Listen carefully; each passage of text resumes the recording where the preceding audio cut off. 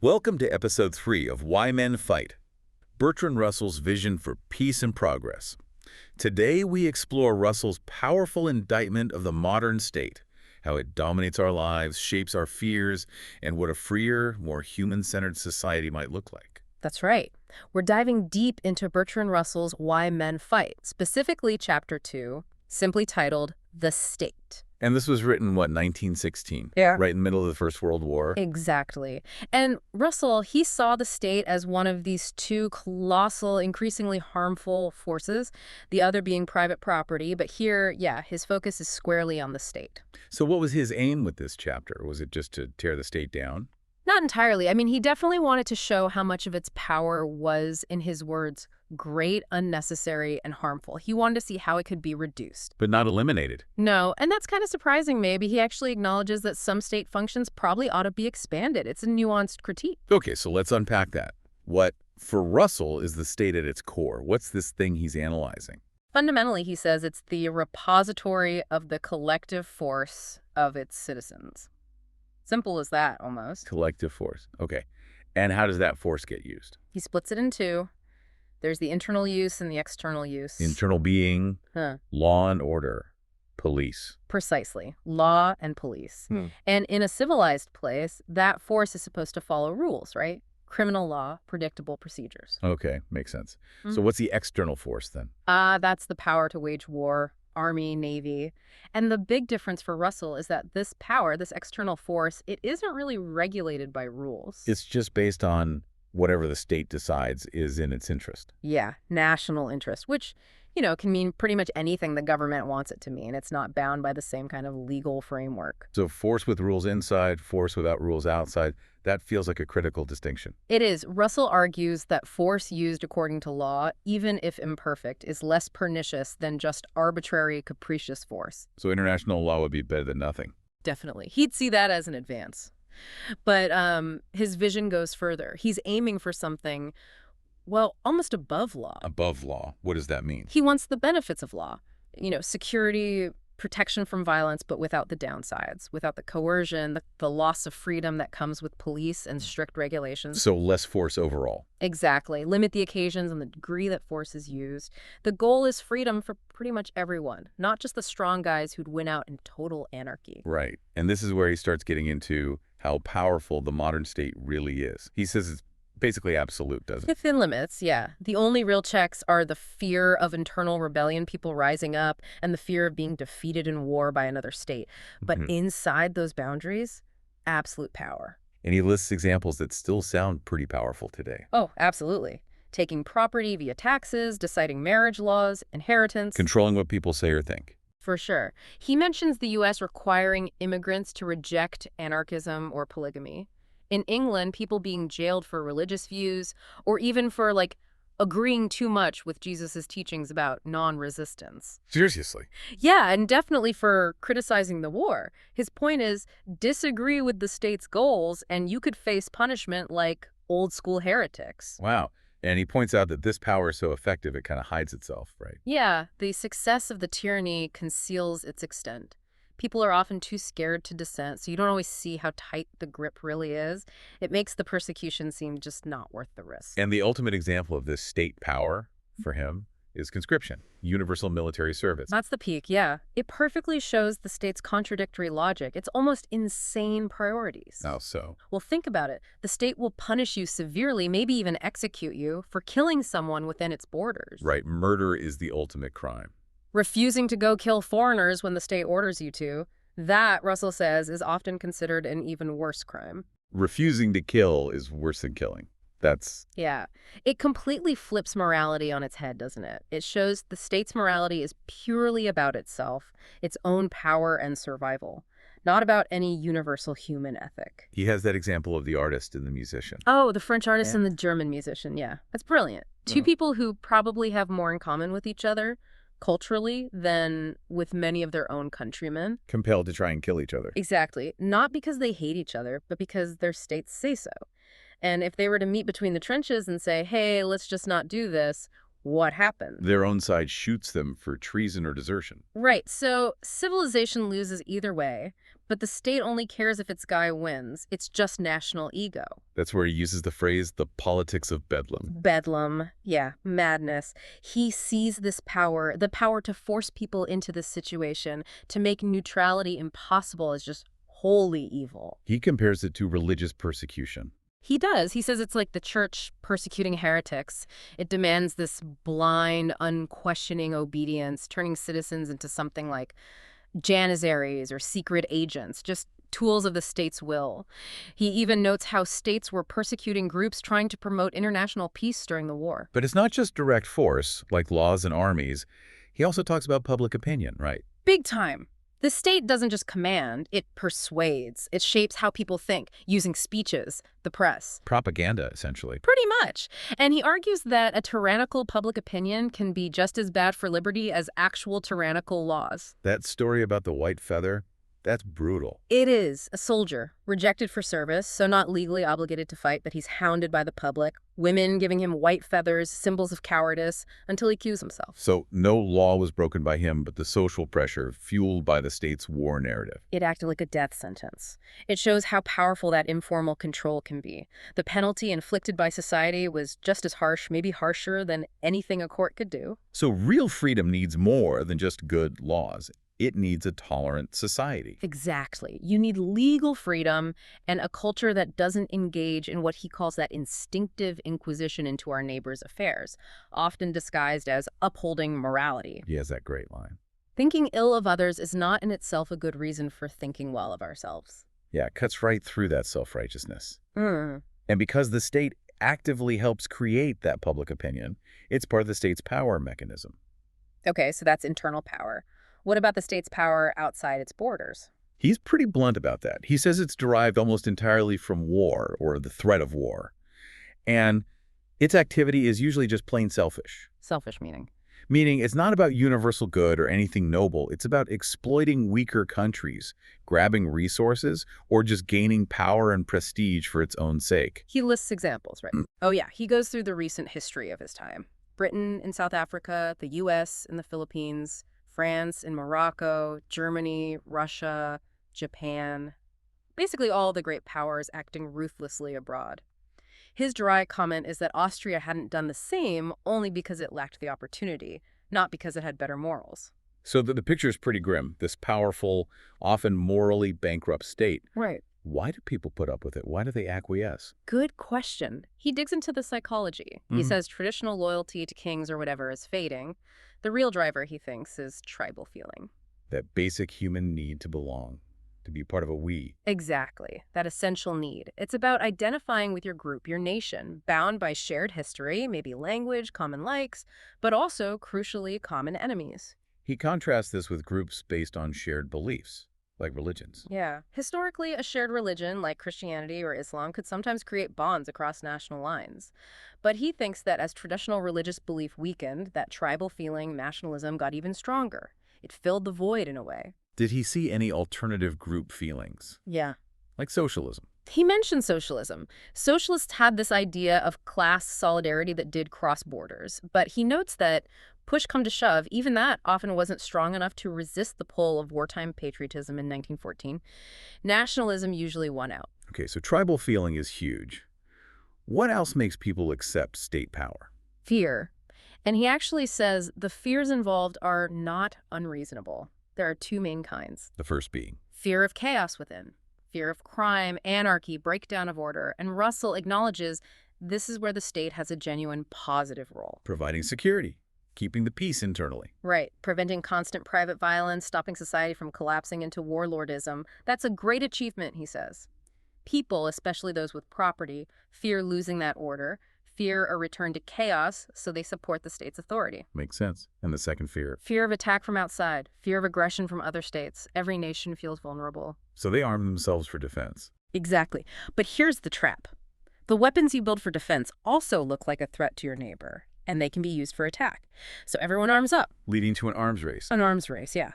Which makes war more likely, not less, and far more destructive when it happens. It creates this global reign of terror where every state feels it has to be ruthless just to survive or to get ahead, like the Committee of Public Safety during the French Revolution, acting out of perceived necessity and fear. So tribalism, fear. And then he talks about patriotism as a kind of religion. Yeah, the religious aspect of the state. He sees patriotism as this potent mix.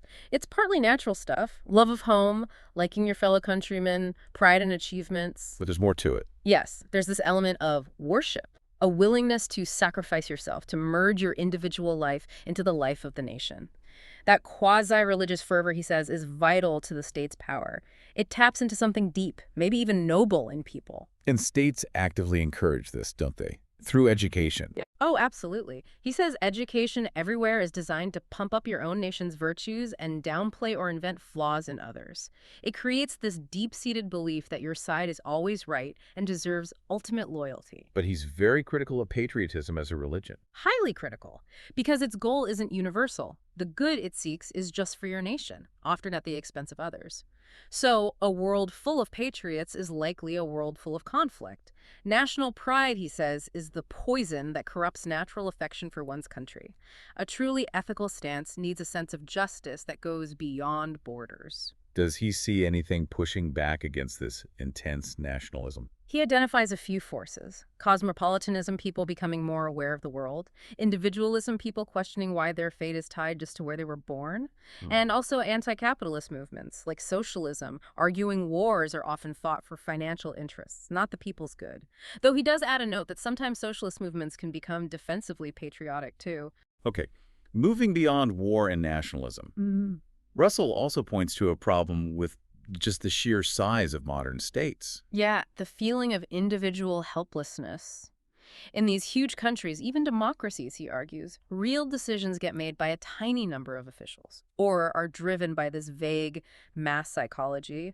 The average person feels powerless. Like your vote doesn't really change anything on the big issue. Exactly. He uses the U.S. as an example where citizens feel almost complete impotence regarding major national questions. It creates a kind of discouragement, a feeling of being disconnected from your own political destiny. He compares it to the mood in the late Roman Empire. And he suggests the people who do get power in these big systems might be unusual. Yeah, he sort of implies they might be driven by an abnormal ambition and thirst for domination, precisely because it takes so much drive to navigate such a huge impersonal system. He also finds the state's attitude towards secession really strange, like a holdover from monarchy. He does.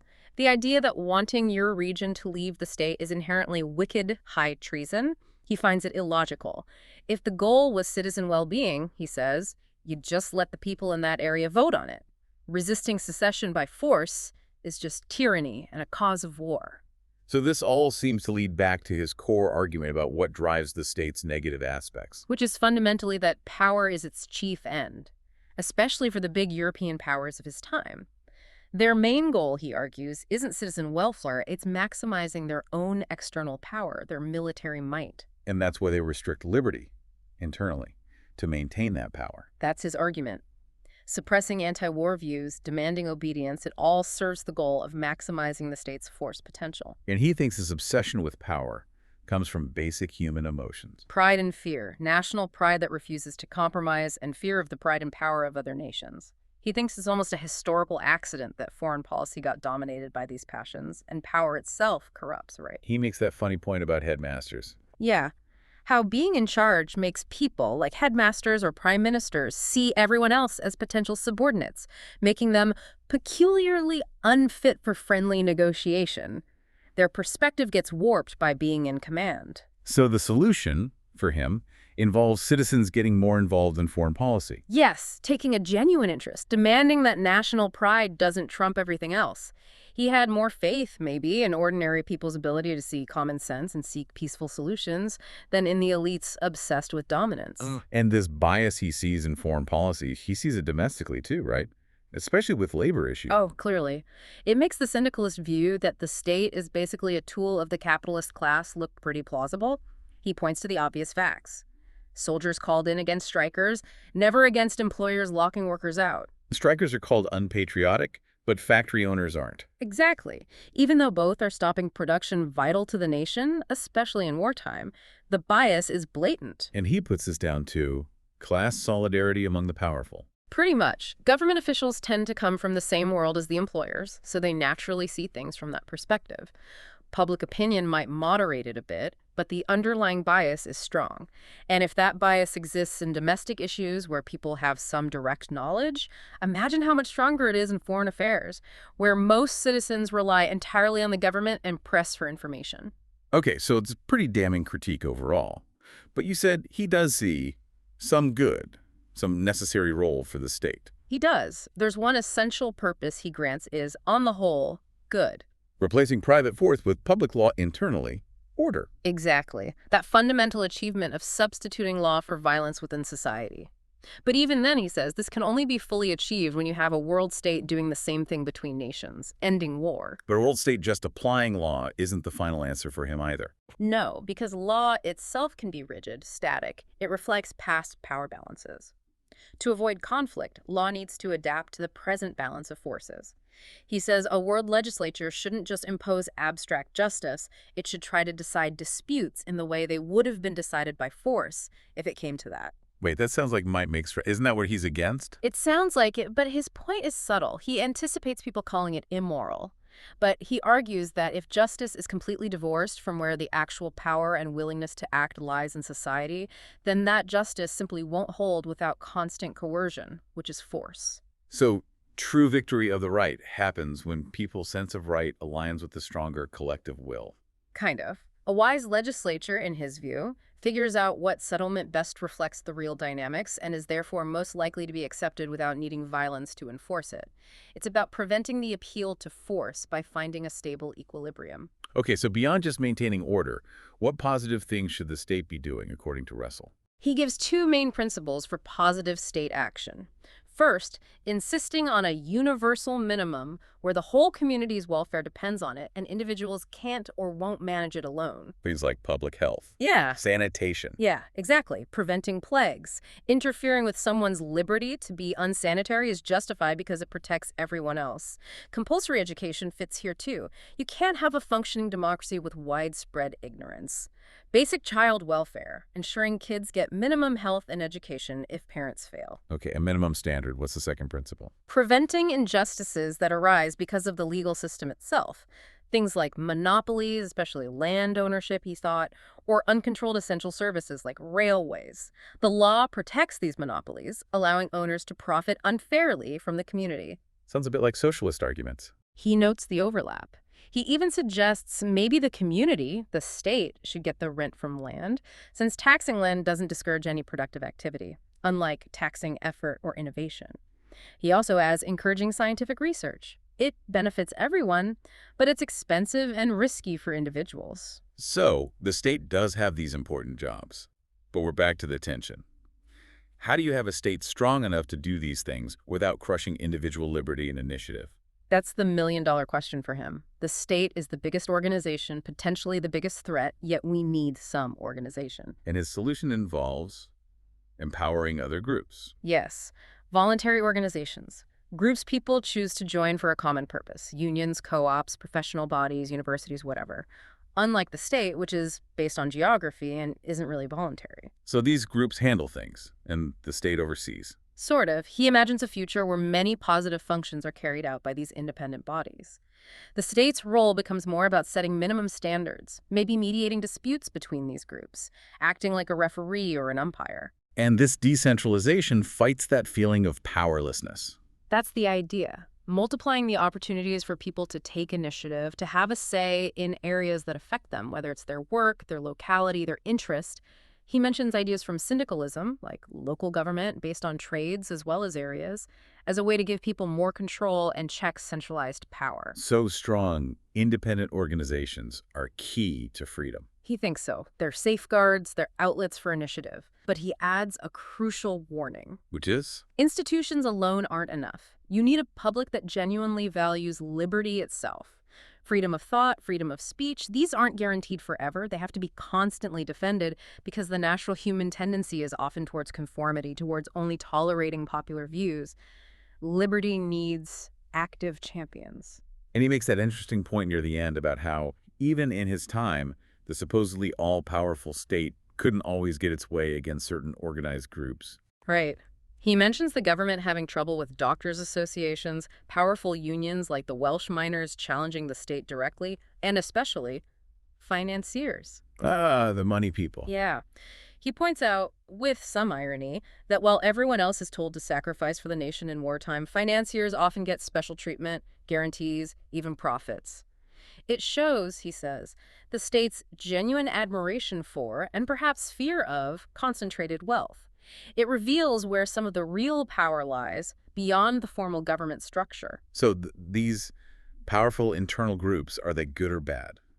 From Russell's perspective, as long as they're not just serving selfish ends against the community, they can be vital. They provide avenues for initiative that the massive impersonal state often crushes. They are part of that pluralistic landscape he thinks is necessary for liberty. Okay, so let's try and sum up Russell's argument in this chapter.